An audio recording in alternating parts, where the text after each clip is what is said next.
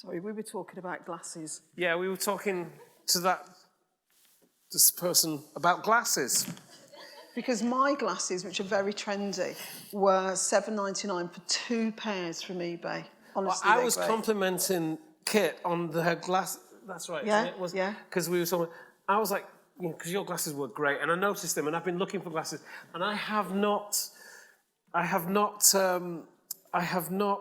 gone for. Oh, I need glasses. I just buy them from Boots. No, they're not right? trendy I just enough. get them from Boots, right? And so I've been looking at glasses, and I saw yours before, and I thought, those are the ones. 3. And then you saw yours there as well. That lady's were even cheaper than mine, which is impressive. Impressive, actually. Isn't that amazing? Because they look like I know, $1 million. designer. Yeah. Also, if you get cheap glasses, I know we're off topic here, but if you get cheap glasses... Well, it's all about what you see and the vision, so, And you don't care. If you sit on them, you don't care. Oh, that's true. If you sit on your £300 glasses, you care about it. So that's actually true. I'm all for the cheap glasses. Do you know what I do? I put...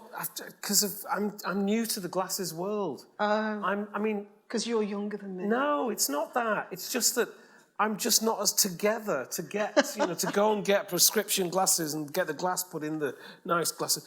I just get them from Boots and I just put them all around where I live. Around the house, yeah. Is this what people do? That's literally what people do. Is this getting old? You know, like when they say in a city you're never more than 6 feet from a rat. Yeah. In my house, you're never more than 1 feet from a pair of cheap glasses. Yeah, and then they're just there.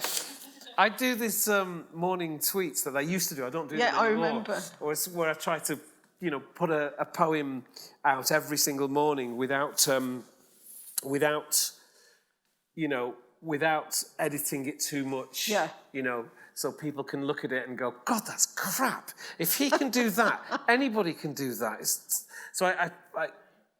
No, actually, I shouldn't joke about it. I do it for a reason of it's a nice way to, when I read them, it's just a nice thing to see first thing in the morning before you see the nonsense of the world. Yeah. It's nice to have a little...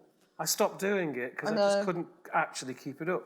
I did it for about 3 years, and one of them was about losing your glasses and then finding them on your head. Yeah. Which is something like glasses, glasses, where are my glasses, glasses, glasses, where are my glasses? And that's a really good poem. No, but it actually worked. It's, for some reason, the rhythm of the words as they clung to each other, as they sort of interlocked to each other, it actually worked within that 4-line kind of rhyming pattern structure.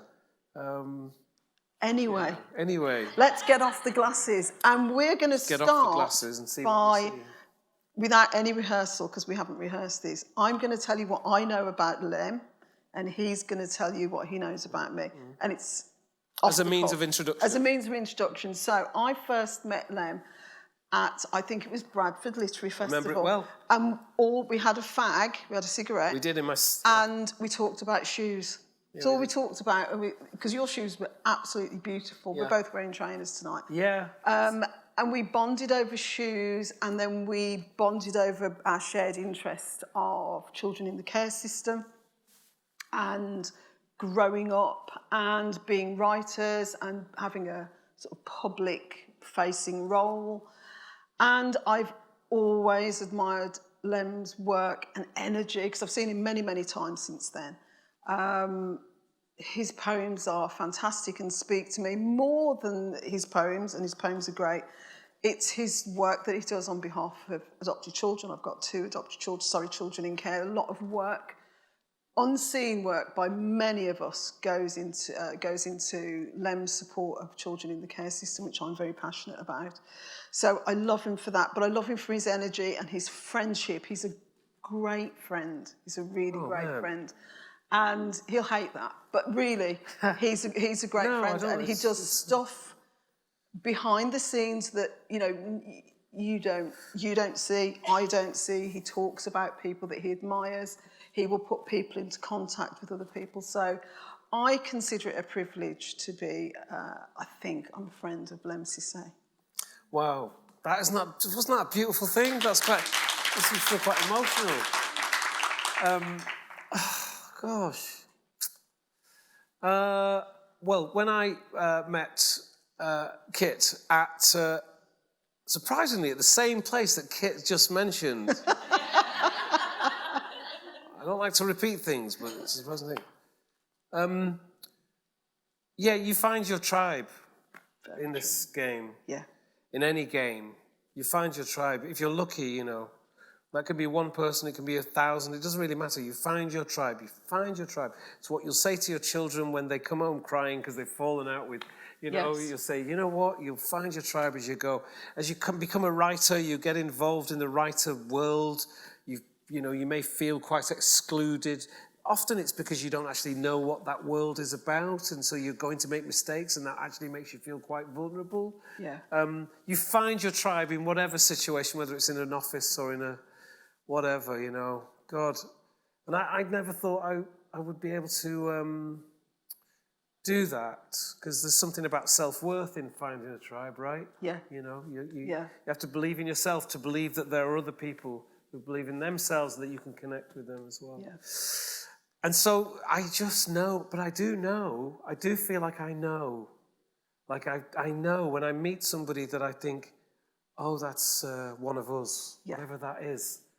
I now think that I know, but I don't know. Let's be honest, you know. You hope. You hope, yeah, because you can be hurt, right? Yes, yeah. And you were that person, you know, and it's a real joy then to see your tribe, or see you actually, to be able to sit here and talk with you about you. I mean, Kit de Waal has spent an adult life as a criminal lawyer and works as a magistrate in family courts for most of her adult life. It's quite easy for us to think of ourselves as, I need to be a writer, I need to be, you know, you can have both careers. You can be a lawyer and a writer, a doctor and a writer, and a teacher and a writer, and you know, you can have your cake and eat it. Who said you couldn't? You know, what's the point of cake if you don't eat it? Oh yeah.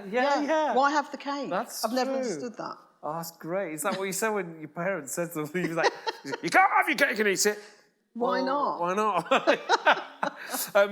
So and at a very rare. No, it's not actually as rare as people think.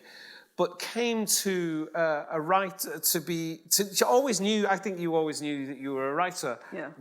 It's not that it wanted to just what you wanted to be. It's actually what you were. Yes. And I think you can't sometimes hide from your destiny. Yeah. And you went on a course. I think it was an Arvon course. Was it an Arvon course? You went on a writing course, a creative writing, which could help. I could be wrong here, but it helped consolidate ideas that you'd had and that you'd been working on.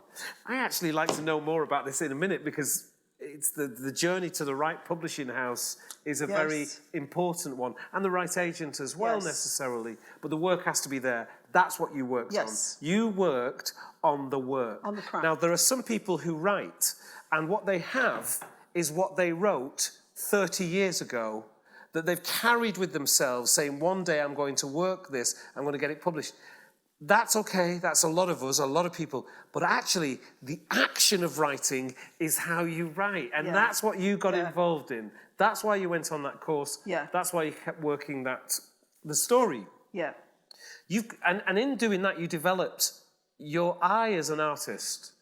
And nobody can see that other than the reader or the viewer. Then they see what the artist sees, because the artist has presented it in such a way. And I'm going to cut this short, but it's my name is Leon. Yeah. Which is the first book. Yeah. So what you could say is that the writer has spent their life slowly curating this story and found exactly the right way to be able to to hone the skills to tell the story. Then found the amount of variables here is quite a few. Then found the did you find the agent first or the publisher first? Found the agent first. You found the agent first, Yeah. but the agent would not have been interested in you if they didn't feel like you had some pull of work. People think that this industry is all about the agents getting you work. Yeah, In fact, no. it's not that, is it? No. So And I got so my first so I wrote 2 novels, staggering works of genius that no one appreciated. Couldn't get them published. Yeah. Which I think still is a travesty. But anyway, I got an agent on the basis of those 2 novels. She couldn't sell number 1, and she said to me, "Write another one, and we'll get that one published. Then we'll publish the first one." So I wrote another one. Can I just stop you there Yeah. so I can just tell people, you know, when you get your book published, I know this is, some of you, this will be teaching grandma to suck eggs, but I know that there's someone it won't.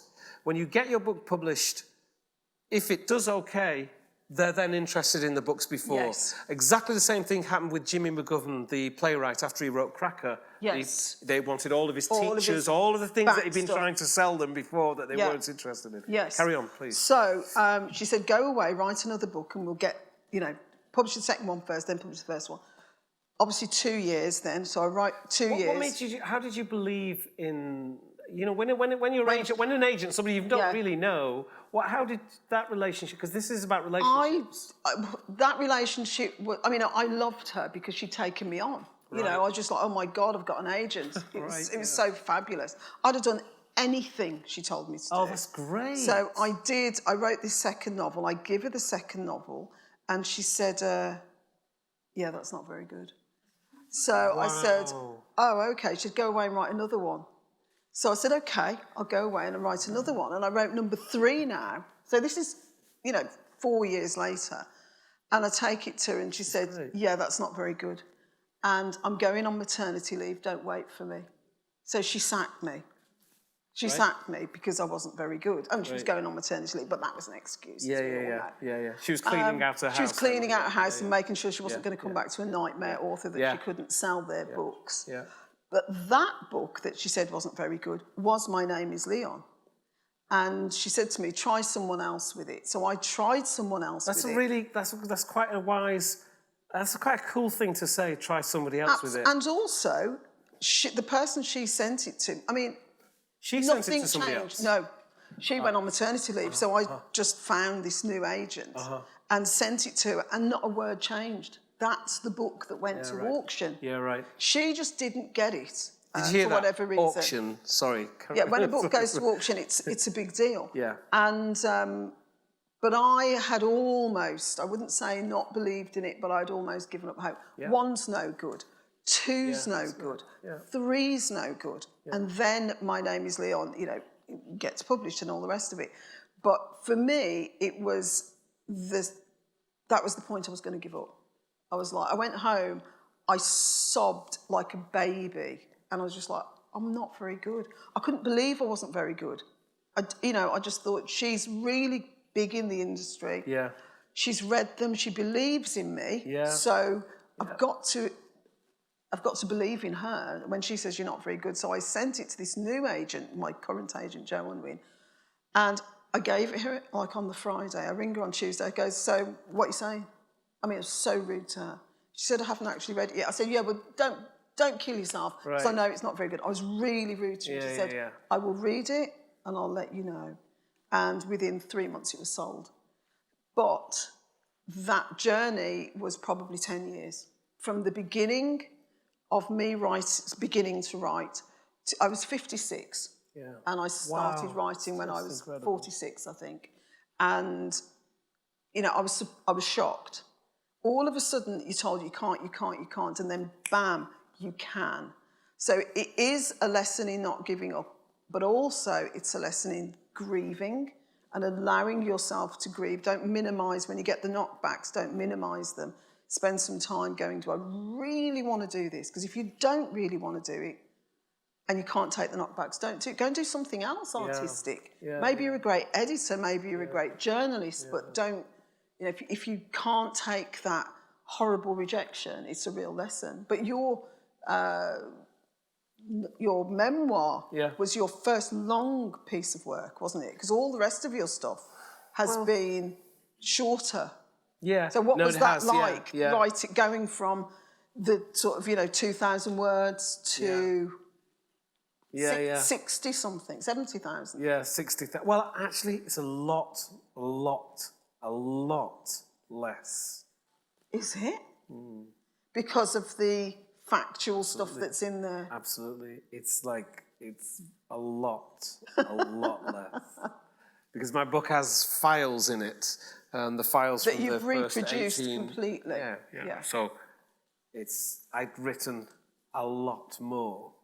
And for that process, did you get the because for those of you that don't know, Lemn's memoir uses actual documents that were written about him while he was in the care system, and the memoir is structured so that you get some of that, and then you get an explanation or some background to that, then you get another document. So for the process, did you put all the documents that you wanted together and then sew them together, sort of thing? Was that the process, or was it less? The process, more I got a lot of writing, which is a lot longer than than a book can be. Than that book. Yeah.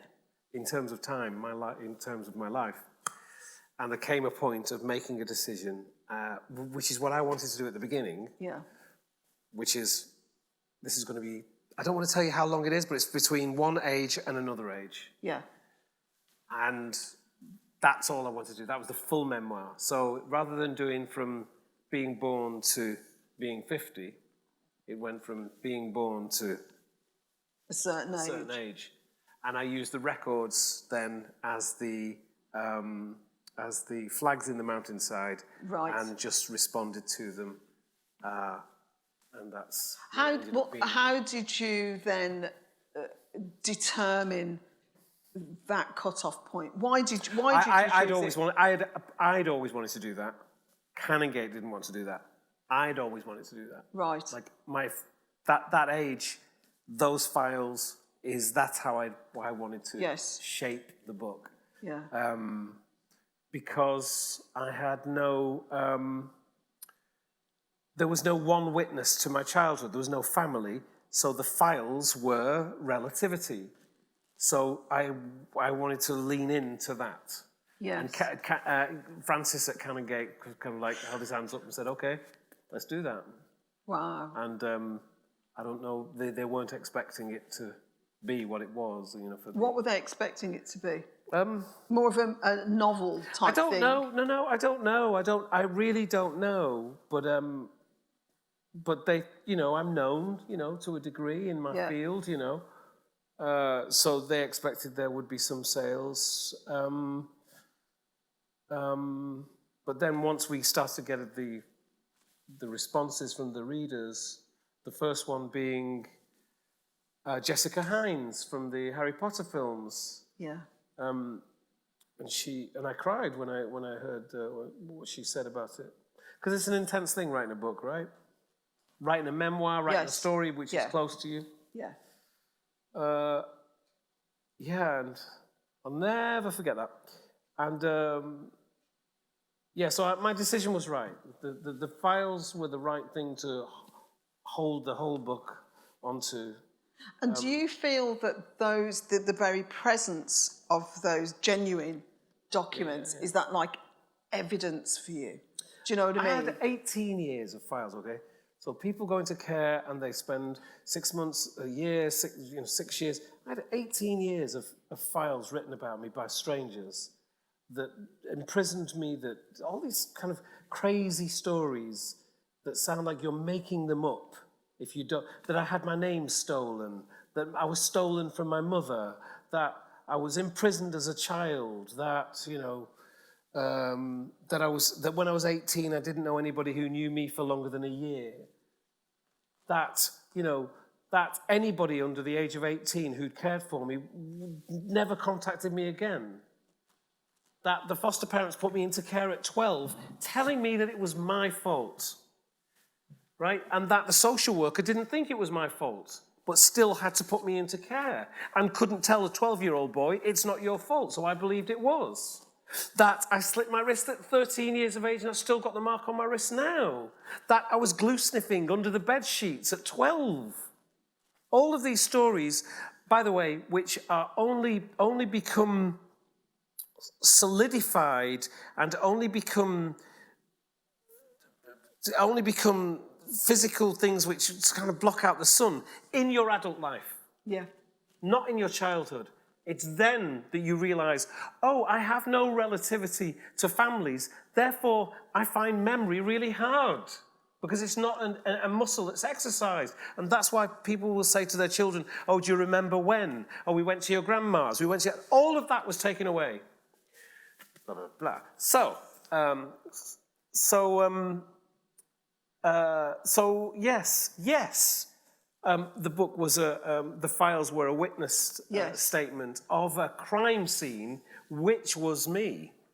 Yeah. And so, yes, I wanted to do the 18 years. And the book, if nobody read it and it didn't do very well, so what? That wasn't the, that wasn't the point. issue. Yeah. It's an important piece for me. And it's dedicated to my family who I've found all around the world. Yeah.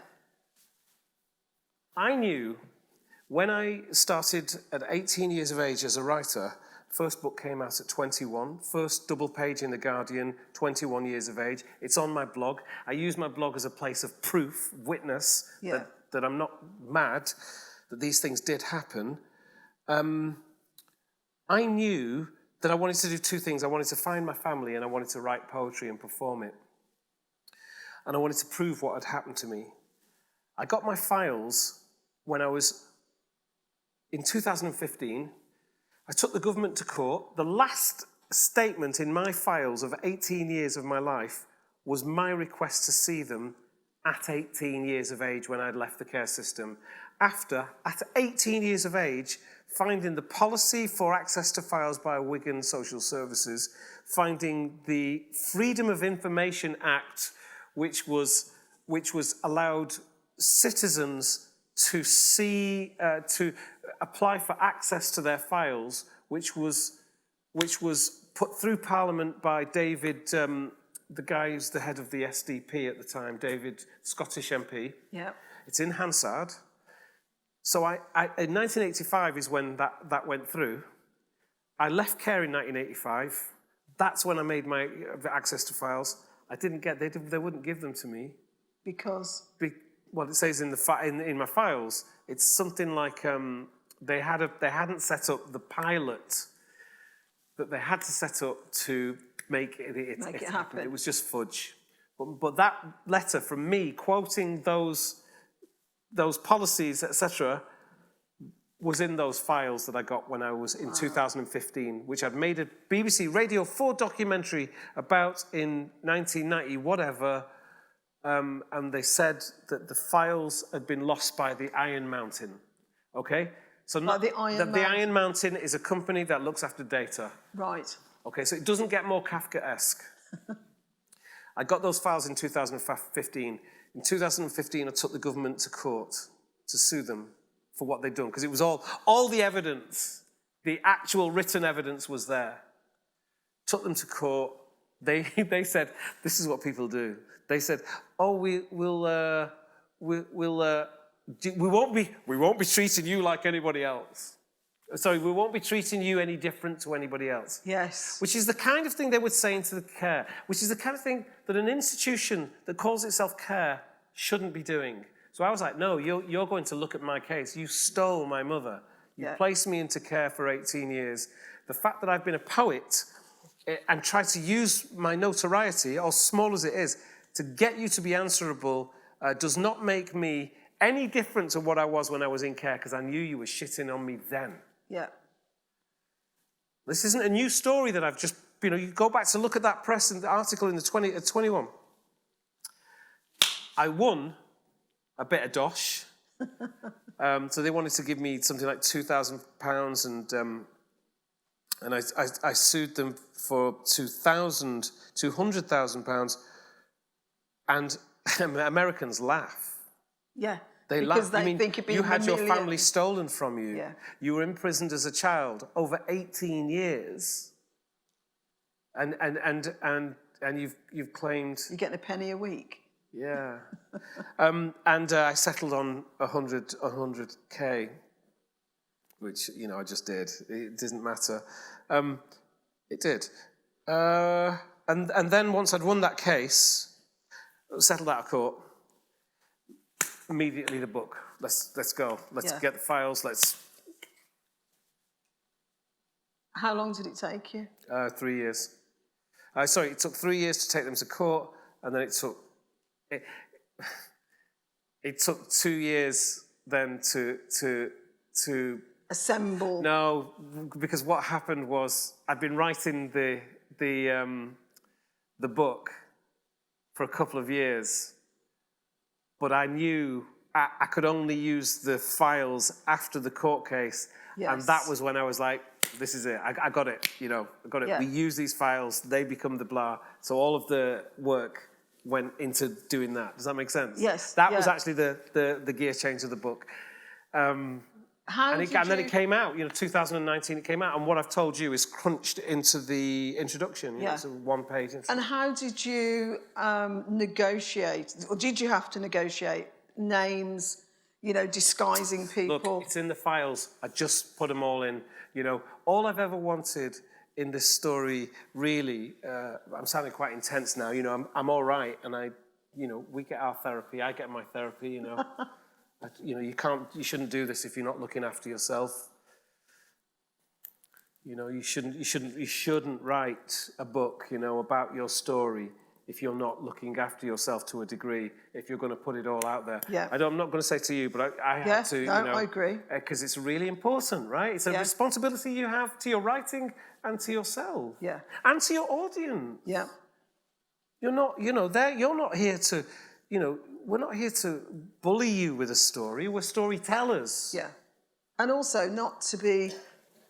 It's not that you don't want it to be too miserable, because you want it to be authentic and you absolutely want it to be true.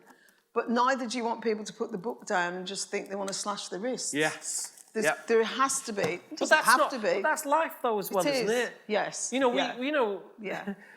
I was a funny kid. Yeah. And there is joy. There is joy in it. There's moments of joy. How can there actually... This is one of the beautiful things about, you've read Shuggie Bain? Yeah. Shuggie Bain, it's the beauty of the joy of those women in that, that tenement. It's the darkest story. Yeah. But they were constantly seeking out light. Finding the crack, as we call it. Yeah. And tell us about the title, My Name Is Why. My name is Leon. My name is Leon. My name is Why. Well, the title, my name is Why, Yeah. My name is Why. This title came from Jamie Bing. Have you ever told you this? No. Yeah. It's Jamie. Wow. Jamie. It was like, my name is Why. I was like, that is beautiful. I'm having that. And we had it. Fantastic. And it had no relationship to My Name Is No. Leon. I knew that. It is a representation of everything you were saying in the book. When you saw My Name Is Why, were you like, what the actual... No, I loved it. Because I felt there was a resonance. There is a resonance with My Name Is Leon and the story. Gosh, thank you for saying that. And I think it's, My Name Is There Leon. is a resonance between the two stories. There is definitely a resonance. And My Name Is Leon is fictitious. It's it's obviously based on fact and truth, as I've experienced it with the children that I've You've got all the research in the sense that exactly. of being in the family courts as well. Yeah. There's an authenticity to the research. Yeah. It's a magical thing. It's a magical, beautiful piece of work. Yeah. Oh my God. Yeah, so no, I loved it when I saw that. I just thought it was like a companion piece, shall we say. Yeah, beautiful. Yeah, very good. Oh, gosh. So how does it feel now? How does it feel? A couple of years later. So there's, when you write a memoir, there's the initial flurry and, noise, noise. And then there's, honeymoon period's over. You're now into who's taking out the bins. Yeah. So are you in the who's taking out the bins stage of your relationship with your memoir? With the book, with my memoir?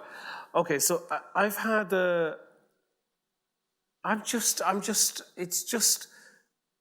it's a wonderful career to be a writer, and it's a blessing, and it's nothing. Never take it for granted, okay? Yeah. I know you don't, I don't. Yeah. Every event matters. Everything you do as a Yes. writer matters. Yeah. And so, I have plays, I have poetry and music, I have theatre. I mean, I'm just on this great ride, this journey, which I've been on since whenever. And the book comes out. Every day I get a message from a social worker, or from somebody who's in care, or somebody who wasn't in care, or from an adopting parent, you know. Yeah. And it's like, oh, what a gift to be able to give a book out and to have people. I mean, there's so much love comes back. Yes. You get so much love.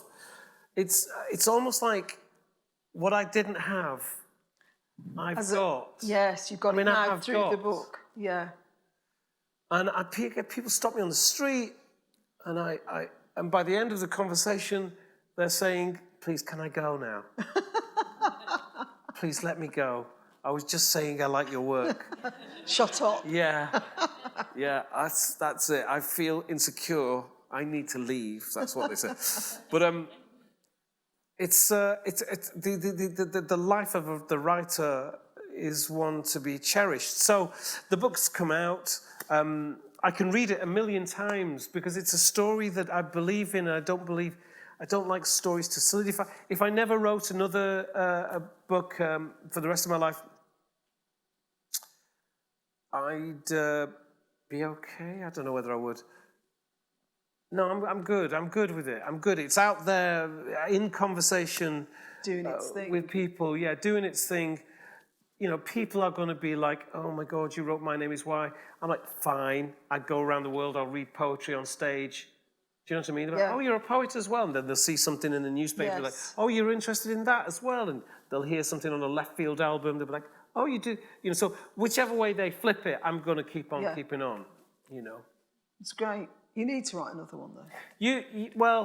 You're not wrong, and there is something in the pipeline which will happen when it happens. I'm not chasing a deadline. That ship has sailed. I can act like it. You can act like, oh yeah, I don't chase deadlines. No, I can't do deadlines. I'm like, but I do think it's good to actually people read a book. And what you don't know, is that the publishers and the bookshops have said, oh, he's not a poet. We've got a Kit de Waal, new novelist. Oh, and they'll read about you in the newspaper. They read your work, and they form a relationship with you, the bookshops. And they're like, okay, we're going to put Kit de Waal here and here and here. And those places in the bookshop, that's hallowed ground. There is no point in a bookshop that is accidental. No. Somebody has gone, this book deserves to be there. Yeah. I never take this for granted, right? No, me. So they're also saying, look, we've introduced you to all of our friends, the people who come in and buy books. We've introduced you to all of them. Do you know what, Kit, Lem? They're really interested in what you might do next. It's not about the book you have now, is it? That's just an introduction. Very true. That's just an introduction, Yeah. They're like, okay, we're on the ride for your life as an artist. Yes, yeah. And that's something that a lot of people, when you first start writing, you don't realise. You think, I've written a book, and I hope I get this book published. But what publishers are thinking is, if I'm going to launch you as a writer, and I'm going to invest money in you as a writer, I hope you've got 5 books in you. Yeah, and reputation. And reputation. They're and so for anyone that's thinking of writing a book or has written a book, if you get an agent and you ever get to sit in front of a publisher, and they say, have you got any other books? You go, oh yeah, I've got another ideas for 10. Lie, if necessary. Yeah. But never say, this is the only book I'm ever going to write. Yeah, that is not what they want to hear. They want to hear you say... Rookie mistake. You know, I've written that one, and it's part of a trilogy, and I've got another 7 ideas, and they're like, thank God, because they're going to invest a lot of money in you launching your career, and they don't want you to then go, now I'm going to go and make jam. They want, absolutely. you know, come on, next book. Bernardine Evaristo, writing a book, selling 2,000, 3,000 books, wins the Booker Prizes. All of those books will sell then. Absolutely. Okay? What's her name? She wrote The Small Island. Andrea Levy, still selling loads of books. Still selling Got books. Small Island. Yeah. They wanted all the books that she'd written before. Yeah. You asked me a question a minute ago, and I didn't answer it, and I can't remember what it was. Does anybody know? There was a point. There's something I've missed. Did you change the names? Did you? No. That was it. That was it. Yeah. No, I didn't change the names. Because you had the documents. I had the document. I had the legal document. Please take me to court. Tell me I'm lying. Yeah. I've always wanted that from various individuals. I wanted them to... You wanted to cross-examine them. I want them to tell me I'm wrong. Yeah. You know, tell me that I didn't. Tell me that I put myself into care at 12 years of age. Tell me that I rejected that. You know, tell me that. Tell me that I was bad in what way. Even the documentary I made on Imagine with Alan Yentob. Yeah. We went back to the school, you know, to find out what the teachers really thought about me, and they loved me. Yeah. Sorry, I only have to prove this because there is no family. I know that families lie about each other all the time. Yeah. And for the best reasons. Oh, let's not call it lying. Let's say families care about each other. So let's say they hold secrets and they, you know, and let's say they, you know, this is all part of the beautiful dysfunctional function of family. Yeah.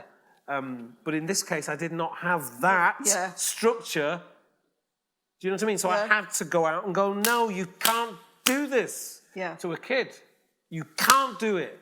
And unfortunately, do you know, for the first time the other day, when I was on Sally Phillips' BBC show at Christmas, and it's because it was on a Sunday on a religious programme, my Auntie Ruth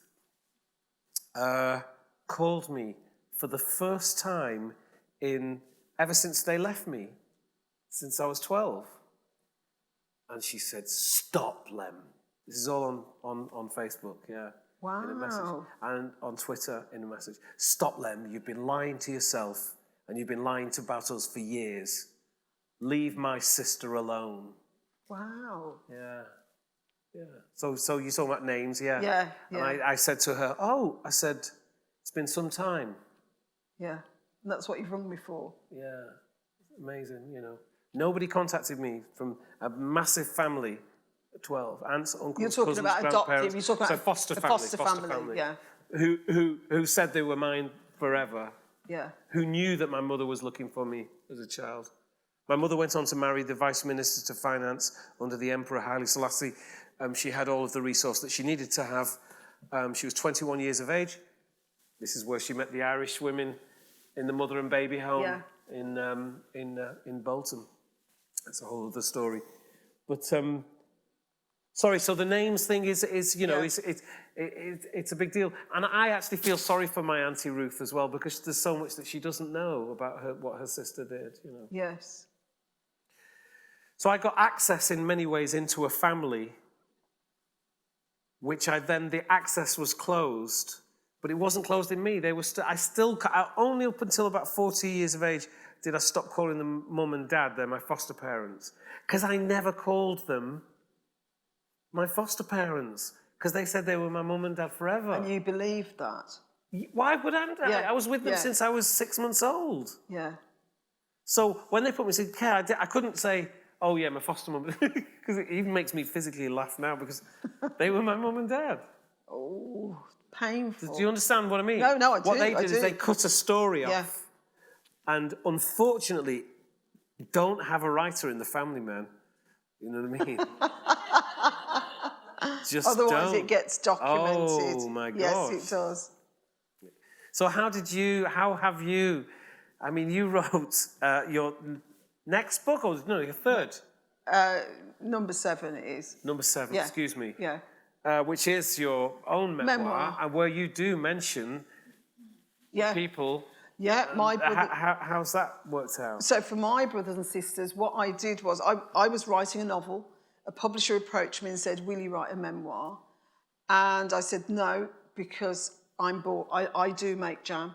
I do arrange flowers. I knit. I go to Tesco. That's my life. I said it's really boring. My childhood was interesting, but myself, I got boring after I stopped taking drugs about 21. I got boring. So they said, okay, we'll do childhood. And I said, okay. And then I've got 5 brothers and sisters. I wrote to them. I said, I'm going to do this. Is that okay with you? You can say no. And if one of them had said no, it wouldn't have happened. They all said yes. Then they all said yes. And I wrote about 70,000 words, and when I'd finished the 70,000 words and there was no sort of contact with them, I didn't ring them and say anything, sent them all. Oh, you sent them? Sent them 70,000 words, and I said, you've got the power of veto. Yeah. Any word, any sentence, any paragraph, any chapter that you don't like comes out. I won't negotiate with you about, oh, it did really happen, I want to put it in. It comes out. I won't. It just comes out of the book. There are some people that think writers are kind of like, quite soft. Yeah. Do you know what I mean? They're in the attic, scribbling away.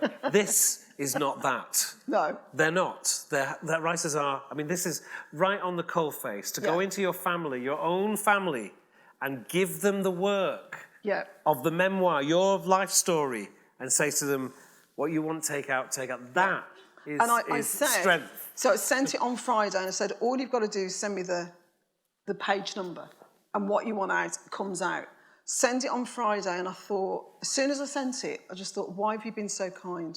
Because if each of them vetoes 10,000 words, I've only got 20,000 left. I was bricking it. Yeah. Anyway, by Monday, so the whole weekend then, I've got my sisters and brothers ringing me going, oh, do you remember that? Do you remember that? And why haven't you put stuff in? Yeah. Not why have... And then one sister didn't like 2 words. She said, I don't like them 2 words. They're coming out. I said, great. That was it. Yeah. And for me, it was massive, because what it told me is I had told the truth. Yeah. I told the truth about what happened, not just my truth. And all of us will know that we've all got, people in the family go, oh, do you remember when Auntie so-and-so did it? Oh, no, it wasn't that. That was when we went to the seaside, or that was that, or even opinions on your parents is wildly different across families. Yeah. And for me, it was just confirmation that I had told the truth about my parents. I had told the truth about certain incidents that had happened. And it's just like this, I've done it, It was great, it was wonderful. I did have to change the name of a girl that I had a fight with, because she used 1 or 2 choice words, when I was 7. And so I had to change her name, I had to change names of some of the teachers that were racist. They're just the legals. The legals, So the book gets looked at. It goes through a legal for read. the legals, for the publishers. To make sure they can't get sued. And, it's all absolutely true. Yeah. And then I didn't change the name of my childhood friend from when I was 4 to still know her today, because everything I say about her is golden. And how does she feel? Oh, she loved it. And her parents as well. The first, being a mixed race black child, growing up in white society, they were the first non-racist people I'd ever met. And I wanted their real names in the book. It's beautiful, man. To say they were fantastic. Yeah. I now know that the guy who was really anti-racist was stoned most of the time. I didn't know that. I didn't know that at the time. You can be stoned and racist, though. Absolutely. No, it's very true. Yeah. Very true. Yeah. So he used to waft around with a caftan and a cigarette holder and the cigarette on the end. And he'd just talk to me about the Beatles. And he'd say, Lucy in the Sky with Diamonds, what do you think? And I was going, oh. But now I know I didn't know he was stoned. I just thought he was the best guy in the world. It was lovely. And when you're I was sort of 5'7" when he used to say things like that to me. And it opened a little door in my mind about poetry and words and what they meant, and it was lovely. It was just such a great experience to do that. I loved so it. good. I loved it. Kit, I just think you're ace. Thank you. I really value our friendship. Yeah, me too. Yeah. And I think we've got to ask questions now. We've got to allow you to ask some questions because we've done most of it. Yeah. If anyone wants to ask anything at all, yeah, we can carry on talking. we can. We really can. Yep. Please continue. Yeah, just to say that I had to do the same thing. I sent it to my foster mum. I sent, yeah. Wow. Yeah, and she Rejected likewise, it. No, she said it was something like, oh, the walls weren't that colour, or that wasn't a Sunday. It was something really innocuous. Is that the word? Yes.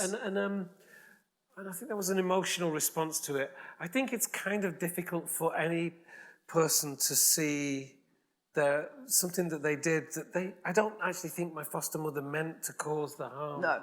I think this was about her trauma and families can do that. They can just hunker down, so don't talk about the war, In fact, throw anybody out of this room who talks about the war, So I have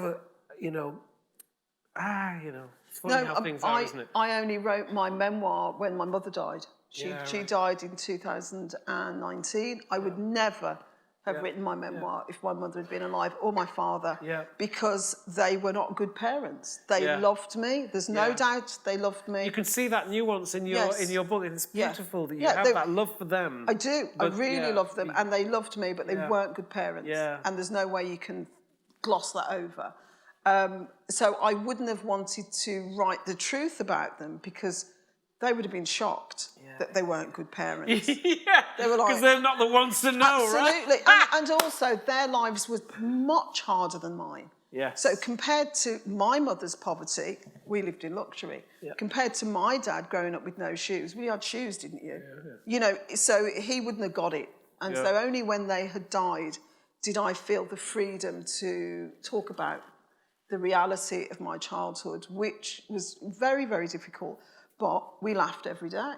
We laughed at my parents, it's got to be said, most of the time. And if we weren't laughing at them, we certainly weren't laughing with them. We had that friendship as children. And very much what you didn't have. I can ring my brothers and sisters and say, do you remember that shit time we had when... And they'll go, yes, I do. It was wrong. Yeah, if you go, did that happen, blah, blah, you've got a witness. I've got a witness, and I've got validation, and I've got affirmation, and I've got someone that can say it wasn't right, and it did happen. And I think that's a big difference, and it's something that a lot of children in the care system don't have. It's really missing from their lives, that validation of their experience, which needs to...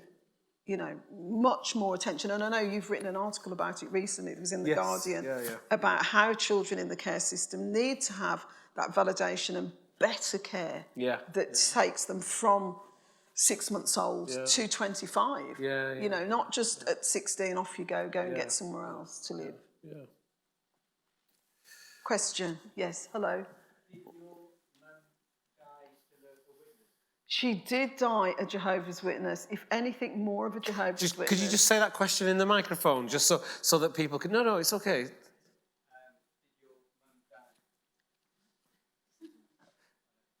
Oh, it's so... You can... Yes. You can say. Did your mum die? Jehovah's Witness. Yeah, so I was brought up as a Jehovah's Witness. My mother became a Jehovah's Witness when I was 6. So I was brought up to believe I was going to die at Armageddon. My whole childhood was one of waiting to die when God punished bad people, and obviously I was naughty, so I thought I was bad. And my mother... So we were told that the end was going to come in 1975, so I thought I would die at 15. Wait a minute. Your family lived with your parents telling you that the end of the world was 1975? Definitely. I believed that till about 1985. So this is literally... No, honestly. So I was brought up to say the end was going to come in 1975, and only bad people will die. Right. But, I'm a naughty child. I've stolen. Gosh, I've had right. fags. I like boys. Do you know what I mean? I've done the whole thing. So, I'm you going to knew die. in the inside of you that you're I'm like... going to die. Yeah. So then 1975 doesn't come. So I think, oh, well, it'll be 1976, obviously. So 1976 comes and the end hasn't come. So I'm like, I'm off. I leave home. Right. Because if I'm going to die, I might as well go. If I'm going to die just for taking sixpence, I'm going to sex, drugs and rock and roll. That's what I'm after. I'm going to die for something, not for, stealing a penny tube. So I'm wild then. Yeah. Till 1981, where I stop and I go, I'm wrecked from my life, waiting to die, taking too many drugs, drinking too much. I'm like, is it ever going to happen? Because I've been waiting to die here. Yeah. And it doesn't happen. And I had very bad trips, very bad drug experiences. And stopped and found books at 21. Yeah. And I would have said at 21, I didn't believe that the world was going to come. But I did. At the end of the world was going to come. Yeah. And I did inside. Yeah, and it's implanted in you from the rest of my life has been reminding me that I am actually going to get to 62, which is a shock. It's amazing. It's a shock to find that I'm old. I can't believe it. This is never in the Baptist faith. It's in the Baptist faith and it's in the Catholic Church. I'm against the sinner and... and the notion of dying for your sins, it's in lots of fundamental Christian beliefs. But I just definitely took it, and of course it makes you immature, because you never grow up. Yes. You never have to grow up. Gosh. So if it's not treated correctly, and I don't mean this, I mean this in the parents as well, a faith can, if it's not done properly, it can infantilise the person. Totally.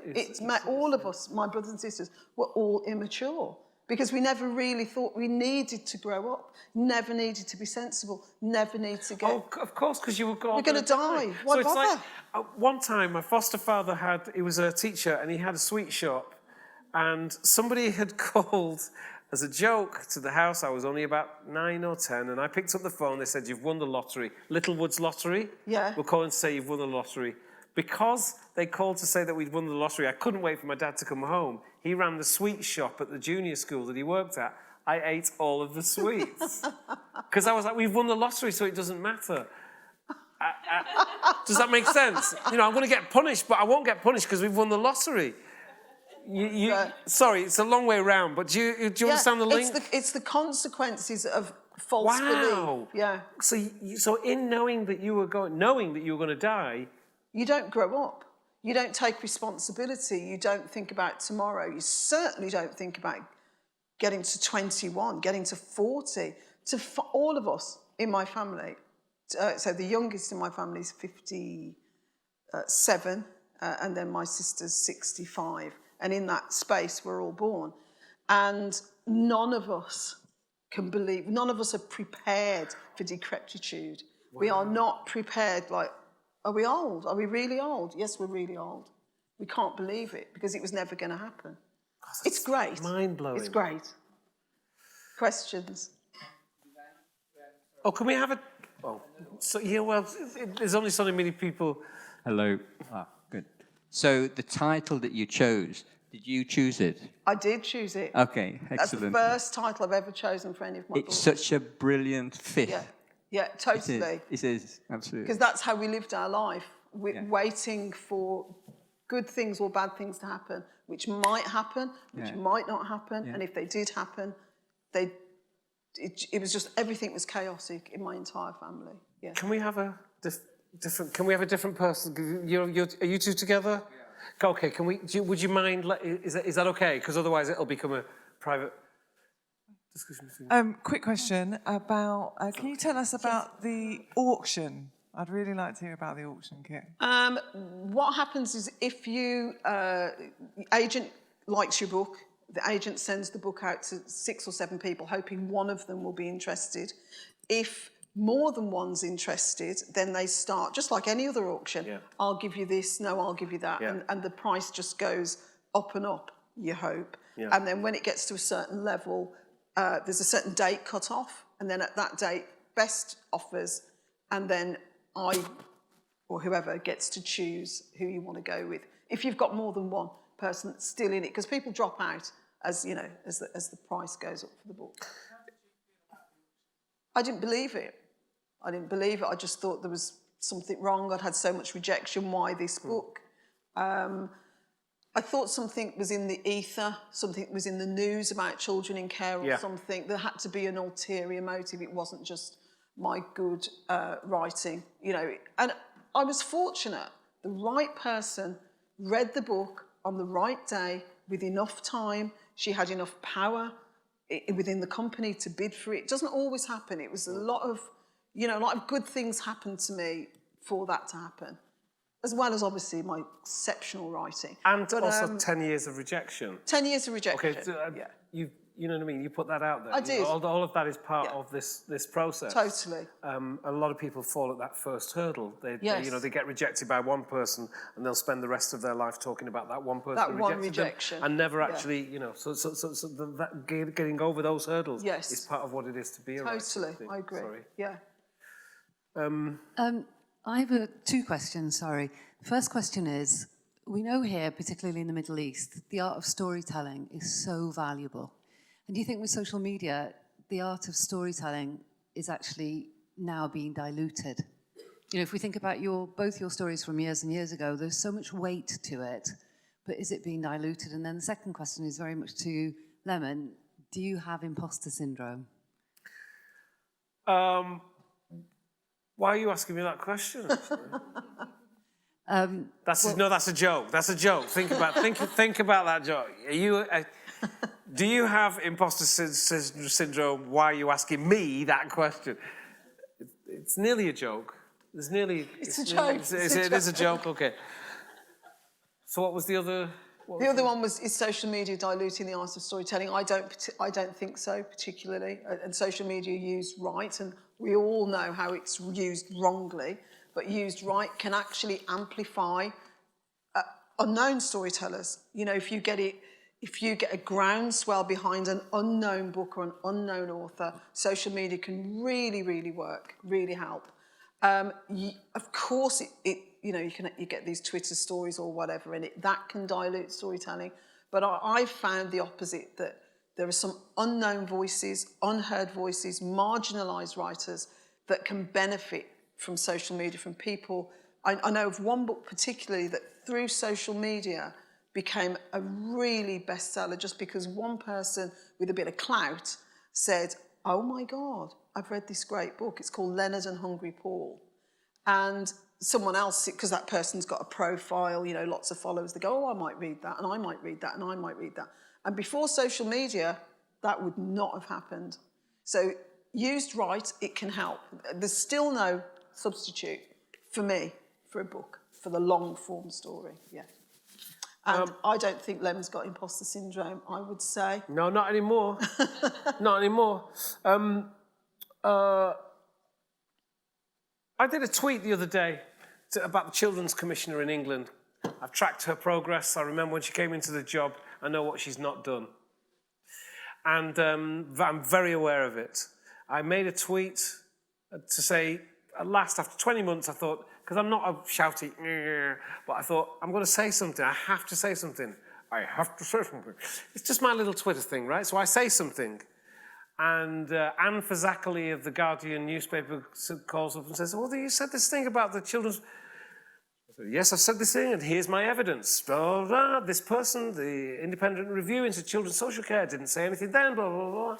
She then goes away to check my evidence and to speak to different people and finds out that, yes, what she knows herself is true, is that the Children's Commissioner has sold children in care down the river and has not been responsive and has actually been quiet compared to the previous two Children's Commissioners at a time when there are more children in care than there's ever been before, at a time when the Independent Review for Children's Social Care, a once-in-a-generation opportunity, has been, as for the last year, been created and published. Yesterday it was a massive article in The Guardian and everybody's talking about it. The internet is words and images. not only is it not great, is it not, sorry, what I'm trying to say is that, so I can't concentrate for long because I tweet and do reels, but the point is that it's a gift to creativity. Writers will always write. We will always write memoirs, novels, plays. That's in the bag. But this is an introduction into words and images. There are more words passing between more people now than since the beginning of time. This is a revolution in publishing that's happening in this internet. You know, it's a wonderful thing. Wonderful thing. Soon, machines are going to write better poetry than our poet laureate. And you know what that's going to do? It's going to make us poets get better. You see, that's all. That's all. That's all. Thank you. We've run over a bit, so Yeah, thank you very sorry. much.